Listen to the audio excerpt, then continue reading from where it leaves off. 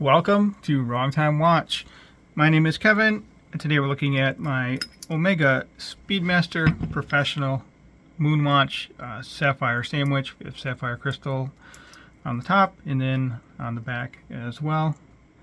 Look at that wonderful Omega 1863 movement. Yes, this is the previous generation of the Speedmaster. So this is the one that I've always wanted. I always wanted the sapphire for two reasons. It's more durable. I know the Hesalite is, more accurate, period correct, whatever. But I like looking at the movement. And I was able to buy this watch for a fair price a few years ago.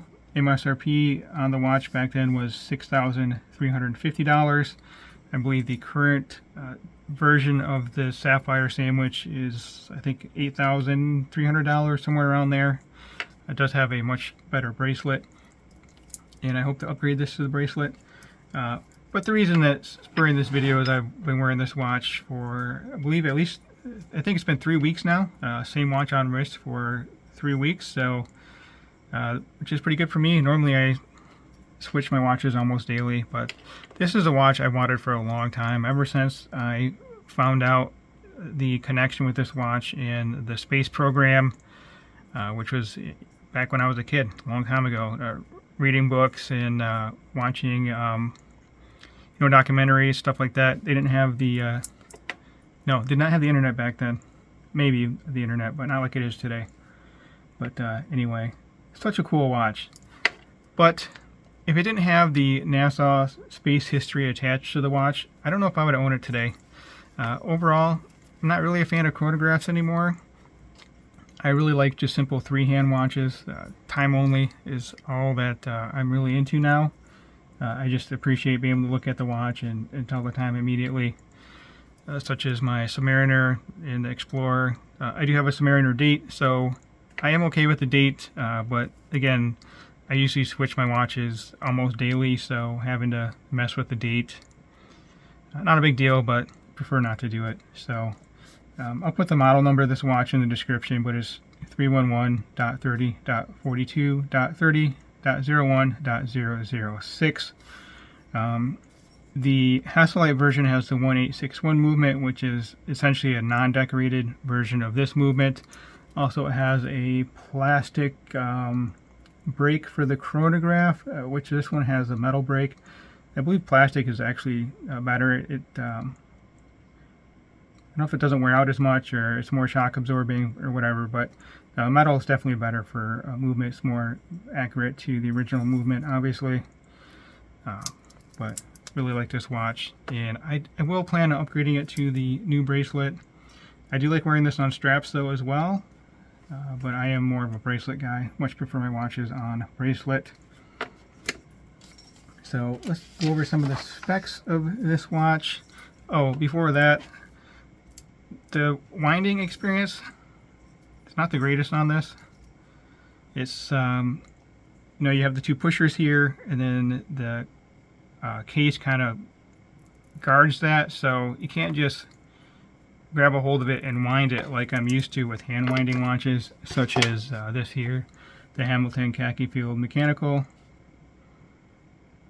I don't remember winding this. I must have wound it a few days ago. But anyway, the crown's just out there. It's a rather nice size crown, and there's no crown guards around it, no pushers, so you can just give it a really good wind. You can move, my thumb all the way past it, and it's still winding it, so nice and easy to wind this up. If you see what I'm saying here, I can just keep going with that winding.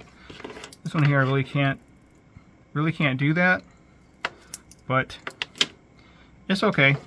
I don't know if I'd want to wear it every day as a daily watch. 80 hours of power reserve on this one, 6 beats per second. This has the Powermatic 80.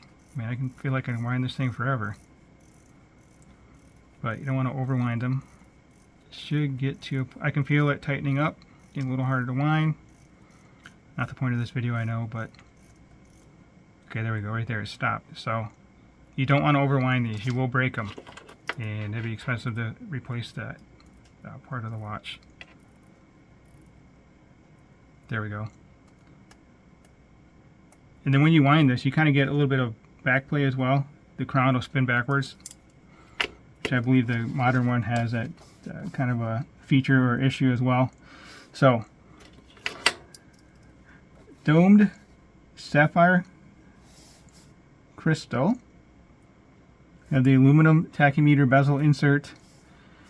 316L stainless steel case, brushed and polished. We do have these twisted lugs, which are really neat, brushed on the side. That twisted lug portion is polished.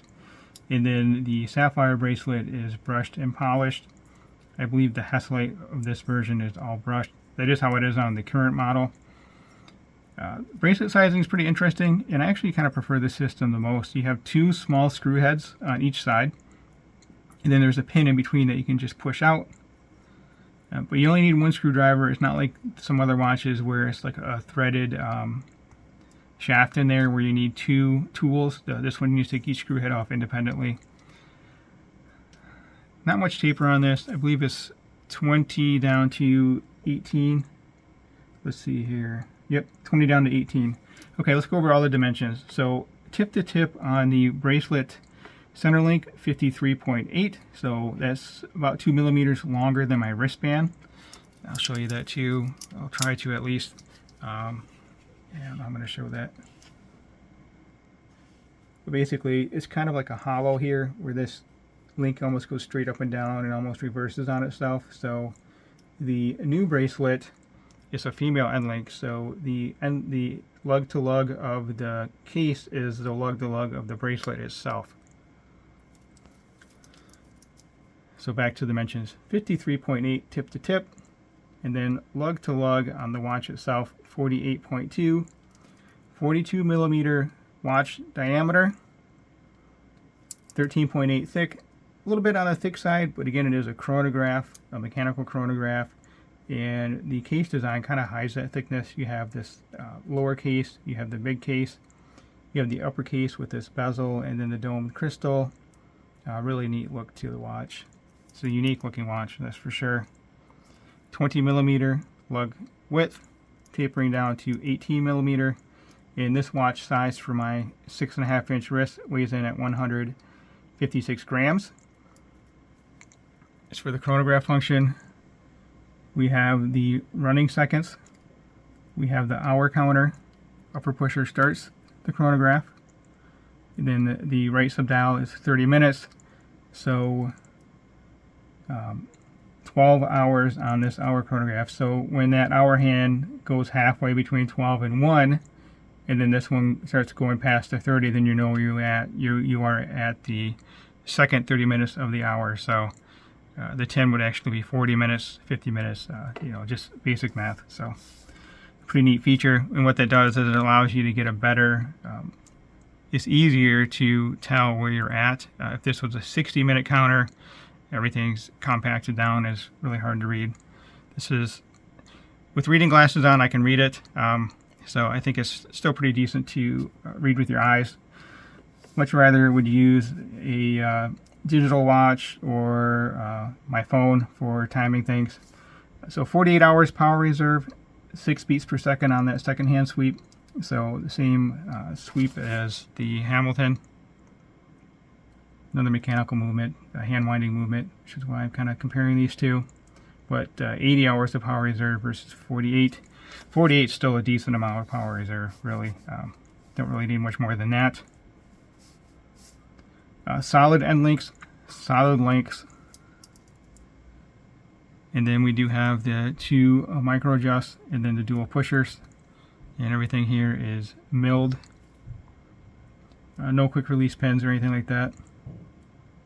So this one says, the first watch worn on the moon. There was a time period where it said, I think it said the only watch worn on the moon, but this since had been updated since there's been more watches on the moon. So let me know what you think of the Omega Speedmaster Moonwatch. Do you think every collection should have one? Like I said, I've been tempted to sell it, but it has a NASA connection. I don't necessarily need the money, but I have been enjoying wearing it. I'm just not sure if it's an everyday watch. It may just be relegated to, Speedy Tuesday, wearing it every Tuesday, or not. I don't know. It's nice to have it in the collection. You know what, let's check out the Lume and then we will close out the video. Another spec, 50 meters of water resistance.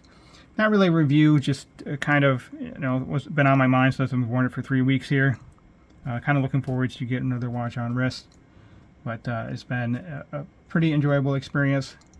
Just not sure I would have it as my only watch or my everyday watch with the manual winding that's required here. So let's take a look at the Lume. So not really a fair comparison, but just kind of gives you a point of reference here. SKX009 on the right, dive watch, and then we have the Omega Speedmaster Professional on the left. It's my understanding the Lume has been improved for the current model, the new model, with the 3863 movement. I don't remember if they have. I can't remember if they have the same movement with the Hesalite and Sapphire version on the new one or not. So it may be 3861 or the 3863. But anyway, checking out the Lume here. It's, you know, it's a decent amount of Lume. It's, I think, about what I would expect. Actually, it's better than what I would expect for a chronograph. It's not a dive watch, but it's kind of holding its own against the Seiko here. All right, that will conclude this video. As always, thank you for your time and thank you for watching.